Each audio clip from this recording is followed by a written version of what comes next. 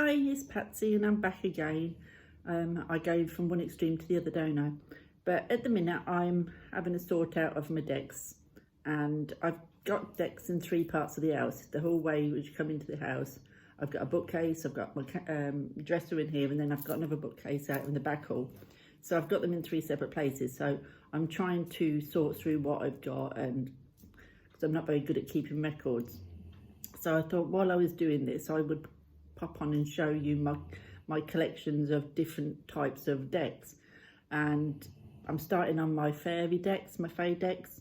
That's probably my largest collection, I would say, because they're the ones that I'm really drawn to. I love the fairy energy. So these first ones are 10 decks, six tarot, 4 oracle. These are the ones that was on my bookcase in the hallway. So these are ones that I'll grab sometimes, but they're not very often in my rotation of decks. It's the decks what are in the kitchen on my dresser is what I tend to use the most.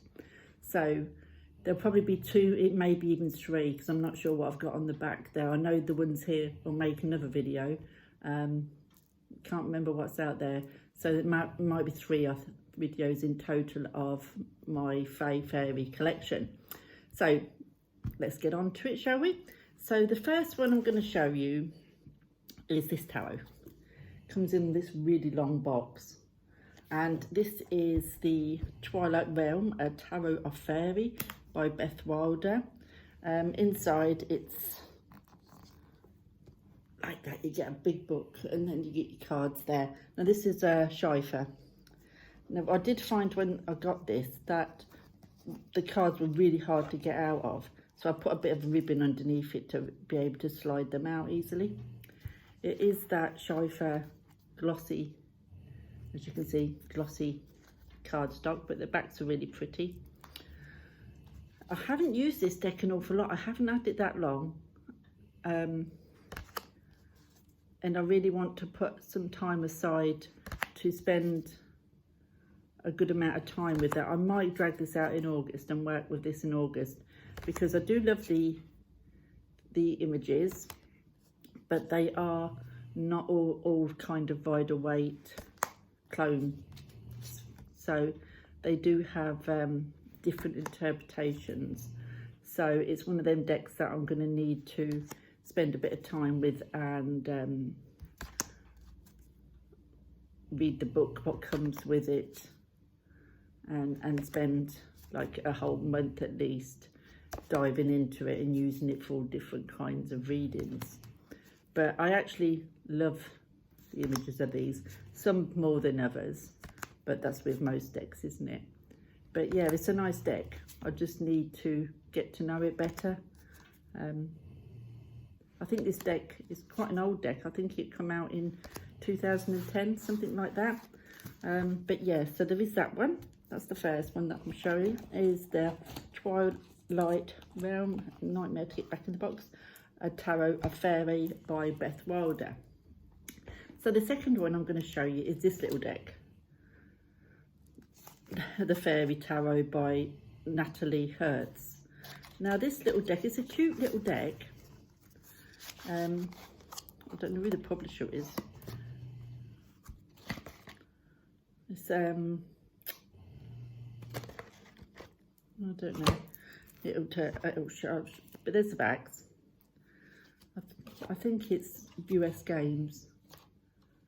Yeah, US Games. So it's a US Games deck. It's quite cardstock's all right, a little bit flimsy. Like I said, there's the backs. These very colourful. Very the borders are all different colours of the borders as well, so I mean, borders don't really bother me anyway. And like I said, it's a sweet deck. It's cute, as I say. It's nice to look at, and I do like to shuffle it and just sort of pull some cards. But I don't know if it's just me or whether other people are like this, but when a deck looks a bit cartoony, or I don't know where to explain it, it's difficult for me to take it seriously, I suppose, and use it for in-depth readings. Now, and this is probably a me thing, but when I look at this deck, I don't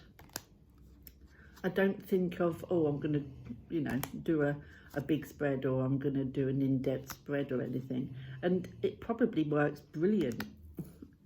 I've just never tried it because I'm just not drawn to it for that reason. I don't know, the energy just seems very light and very storybook, I suppose. And it is lovely, just like I said, I do shuffle it and I do pull cards, and you know, but not for specific reasons or anything. It's just kind of light-heartedly, which is a shame really, because it is a lovely little deck. But maybe that's something I need to work on within myself. But that is the Fairy Tarot by Natalie Hertz. So that's the second one. The third one is a Le Scarabeo, and I do like Le Scarabeo decks. I like the cardstock, and that, and it's tarot at the end of the rainbow, that one. And the backs are gorgeous on there. I love the backs of this one. And this deck I do use quite a lot. Not constantly in rotation. I can go a few months without using this, and then I'll get it out again and work for a short time. I've done lots of different kinds of readings with this, and it's a lovely deck, and it reads really well actually. It's an easy to the eye, easy to read, very RWS in its depictions. And like I said, I do like the cardstock of Le Scarabeo, so there we go. So that, it's very fae, but a great little reader, and one that I do like to pull from time to time. So that is that one. That is Tarot at the End of the Rainbow. Don't know who that's by. Can't see I can't see. Oh yeah, David Corsi. David Corsi. So the next one is this one, and this is the Fae Tarot, and again it's the Scarabeo, and this one is by Riccardo Minetti and Mara Agam. I think I've said that right. And again, there's the backs. It's got the border, but like I said, borders don't really bother me. And I did find I've had to rebuy decks because I've cut the borders off, and then I felt the cards was too small and kind of didn't work for me, so I've rebought a few decks where I cut borders off. So now I tend to leave them unless they really annoy me, and these don't. Again, this is one of those decks that I pull occasionally, and when I do, I'll keep it out for a while and use it for a few days, week, and then I usually get fed up with it and put it away and get another one. But it's a lovely little deck. Some cute images, very colourful, reads really well, and I can use this for spreads and in the deeper readings, you know, so I can use this for everything. And like I said, I've had some really good readings from it. It's a nice deck. So that is that one. That's the Fae Tarot, and that is another one that I like to pull occasionally. Like I said, and when I do enjoy working with it. And like I say, it just stay out for a while and then it gets put away again. The next one is Tarot of the Moon Gardener US Games, and this is by Karen Marie Sweetheart. Oh, I can't pronounce that. I'm not very good with that. This one now I think is coming out, or is out, I'm not sure, with no borders. A borderless edition of this has come out, I think. But again, the borders on this doesn't bother me. I love this deck. It's quite pippish. It is quite pippish in some of the cards, but it's also so beautiful. And I've read with this quite a lot. I've used this quite a lot, and I enjoy working with this one. It's got a lovely energy, reads really well, and yeah, nice deck. 6 of Cups. See, you know, they're quite pippish, but there's just something about this deck, that the colours and everything, that I really enjoy working with. 3 of Staffs again, like I say, quite pippish. That 5 of Pentacles is gorgeous. So yeah, so that is the Tower of the Moon Garden. That's another one I like to pull out. I do like working with that one. So the next one is the last of the tarots. This is Tower of the She, and this is an Emily carding. Now I bought this deck a few years ago. There's the backs, but I struggled to connect with it. It didn't matter how much I tried, I just struggled, and I passed it on. But I've been drawn to it again. About 3 months ago, I think it was 3-4 months ago, I was drawn to it again, and I felt it was time to just try to work with it again, and so I rebought it. This is one what I have actually rebought, and it's gorgeous deck. Whether or not this is how I depict fae, probably not. I find these probably more kind of spacey, more alien, I think, in some of the pictures.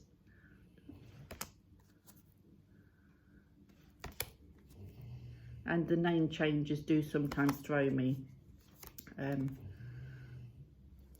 They can be a bit, you know, for me, to the name changes, but it's just getting used to them.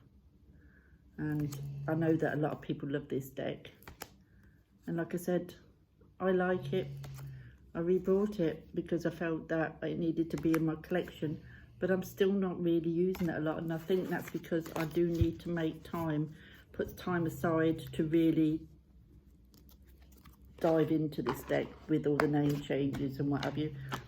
So yeah, but I shan't get rid of it again.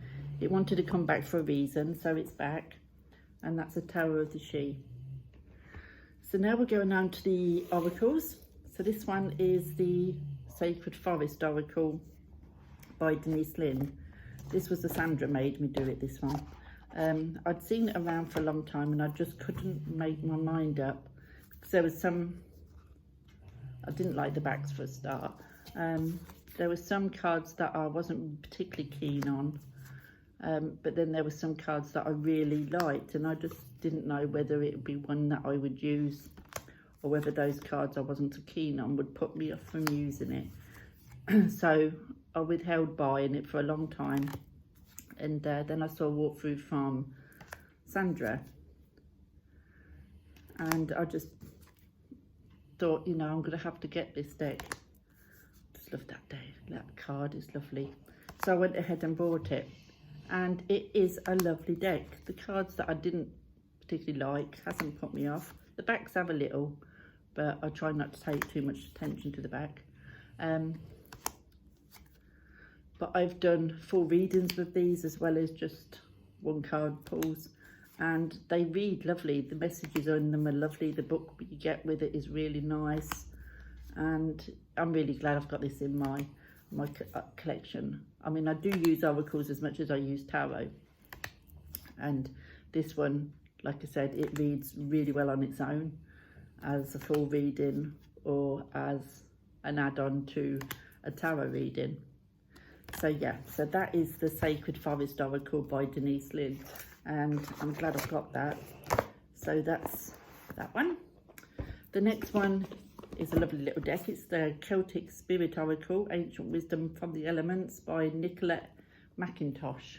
These ones. Again, this is a lovely deck. There's the back. It has got like green edging on. This is one that again, it's not in regular rotation with me, but when I do get it out, I enjoy working with it, and it tends to stay out for a while once I do pull it out. That's why it's in the hallway, not too far away. And it's a lovely deck, reads well, the little book with it is nice. I just love this energy that you get with these images. Beautiful little deck.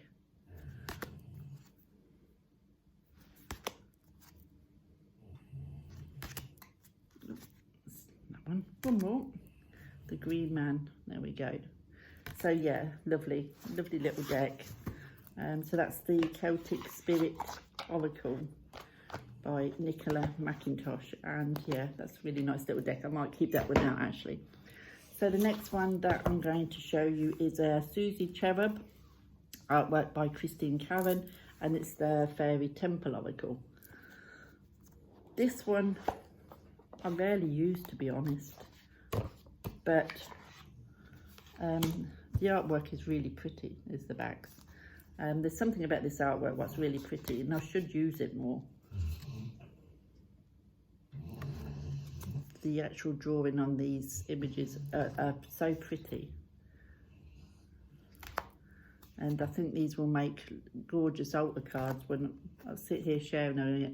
I can't remember last time I really took a proper look at these, but I do think that these will make lovely altar cards because they're a nice size, they're nice and bright. You get a keyword, like this one says, make a wish, ask, believe, receive. Fresh start, honesty, gentleness and hope. So you get that nice little message on there to jump off from if you didn't want to use the book. And yeah, I really should use these more because these are really pretty. It's just one of those just got put away at the back of my dresser thingy out there, and it's not one I remember to pull out, but I think I should looking at it again. So this one's going to stay out. So that one is the Fairy Temple Oracle. So the last one that I'm going to show you is this one. It's Oracle of the Wilder Ones by Sharon McLeod, Messages and Affirmations from the Wilderness. And I wasn't sure whether to include this, but it does say on the back, fairies, elementals, prophecy and wonder from a whimsical world charged with insight, symbolism and premonition. These unique messages are here with guidance and affirmations to invoke your inner wilderness and bring joy and adventure to all you do. So it does class itself as having fae. Now this one, you don't really get a book with this. You get like, because it's what symbols sort of stick out to you on the card and what have you. It's very intuitive, this deck. I've not used it an awful lot. I haven't had it that long. There's the backs. The backs are gorgeous. They've got like that gold. But yeah, so you get a message on the cards, and then it's whatever sticks out to you as an sort of like an extended message. Like that one says, free time, awareness and awakenings. My progress has purpose and is divinely guided. So they have this like a little message and affirmation on the card, and then to get further insight, if there's anything what kind of sticks out to you, then you can look that up in the book, whether it's a colour, symbol, whatever it is. But it's a nice simple little deck, and again I think it'll be good to use on my altar, if I can get the card, because with that white background and the brightly coloured images, it would stand out. It's quite a thick cardstock, so it's not easy to kind of manipulate. But yeah, so like I said, there's that one, and it's a nice deck that I should use more. Quite a big deck as well, so it'll be nice for the altar. So that is the first section of my fae collection. Like I said, I'm sure there's 2 other videos because that tends to be my biggest section of decks, because I do love the fairy fae energy. So thanks for watching, and it'd be lovely to hear if you've got any of these, and how you work with them, whether you work with them and that. And I will see you all again soon. Bye for now.